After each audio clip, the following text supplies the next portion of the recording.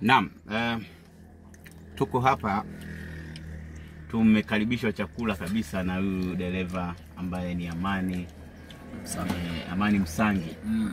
Dereva huyu tumemkuta akipika chakula na sisi tukawa tuna budi kabisa kukaribia chakula, maana yake umetukaribisha tuje kula chakula kama viongozi wangu, kama viongozi wake.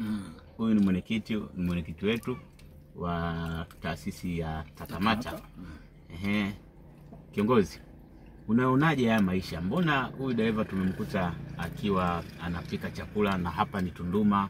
Hamna hoteli za kwenda kula chakula, ama kuna sababu gani inamfanya yeye apike hichi chakula?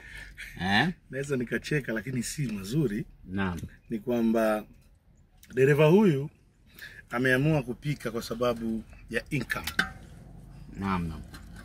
Na ni chakula kitamu. Ameamua kupika kwa sababu income yake ya kujua nje ya nchi ni ndogo.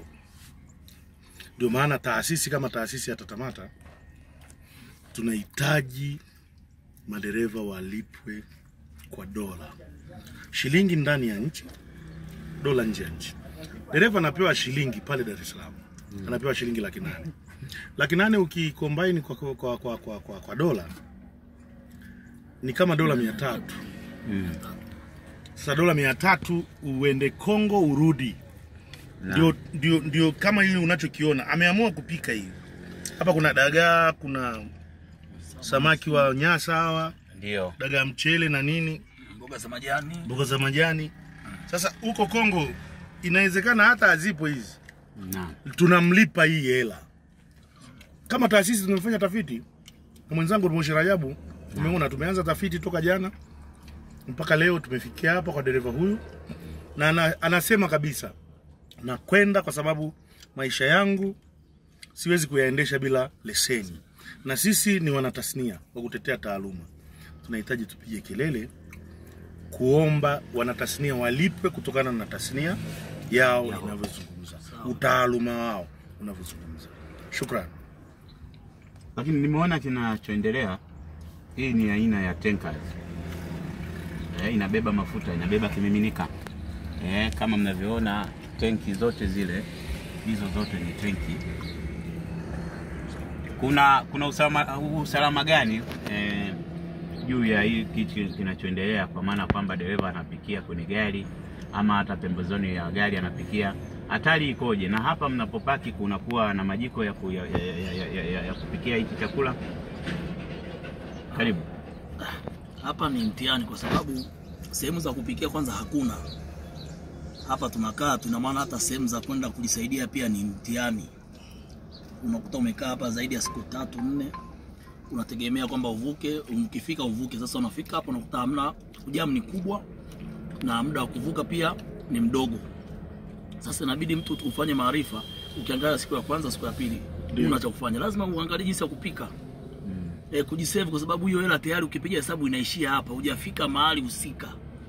Hela ni ndogo unapewa. Kwa hiyo ina maana mtu inabidi upambane unavyojua kwamba nitumia akili gani ili mradi tu safari iende. Lakini ni mtihani kwa kweli hapa hata kupika, kwa sababu hata alizipo, kwa sababu tumebeba vimiminika. Inaweza kutokea mlipuko muda wote. Kwa bahati mbaya hata umejisahau tu ikatokea, lakini hatuna namna. Lakini ingekuwa unalipa vizuri, si ungekuwa umepaki gari guest? Unakula hotelini, unapumzika, unasubiri kuvuka. Unasubiri simu. Bwana pandisha gari, unapenda kuvuka. Kwa nini huwezi kwenda guest kwenda kupanga? Kwa sababu ya hela inayotoka ni ndogo, haitoshelezi. Matumizi ni makubwa kuliko hela inayotoka. Sasa hivi kila kitu kimepanda, gharama zimepanda. Kazi ni ng'ombe, mshahara sungura, ndio? Haya. Moshi Rajabu, kiongozi wa tenki, nadhani huyu ni kiongozi wako, ni mwanachama wako. Ndio. Ambaye mnaongoza kwenye katika hii bodi ya kurugenzi ya tankers. Je, wewe ushauri wako kwa bodi yako? Ushauri wangu mimi, kwanza hichi kinachofanyika ni hatari na ni hatarishi kwa chombo na hata kwa afya ya huyu dereva, kwa sababu kinachofanyika hapa, naona umepikia kwa kufuata taratibu zipi? Kwa maana Utumia kwamba kuni au utumia umetumia kuni, gesi? utumia mkaa, utumia gesi, utumia nini? Nimetumia gesi. Nimetumia Sasa, gesi. Muona hatari inayokuja wengine. Sio, naona si rafiki sasa. Hii ni gesi, anapika kwa kutumia gesi na amebeba ni kimiminika. Sasa sijajua amebeba dizeli ama petroli, lakini vyote ni hatarishi hivyo.